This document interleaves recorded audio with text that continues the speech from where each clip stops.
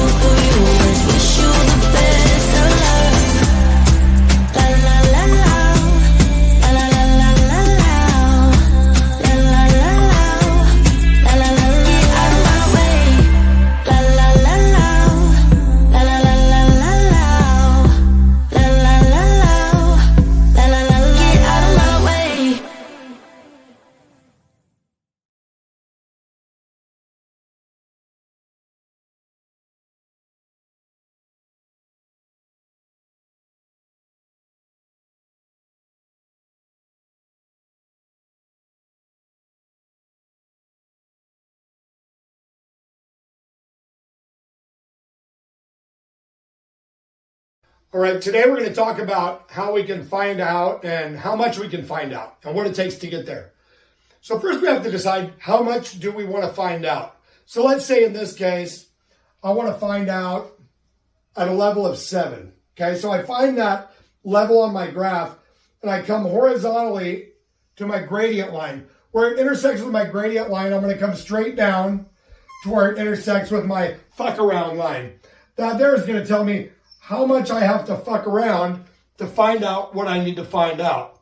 See, as you can see, the more you fuck around, the more you're going to find out. And also, if you stay down here and you never fuck around, you'll never find out. So I hope this lesson is helpful. Thank you.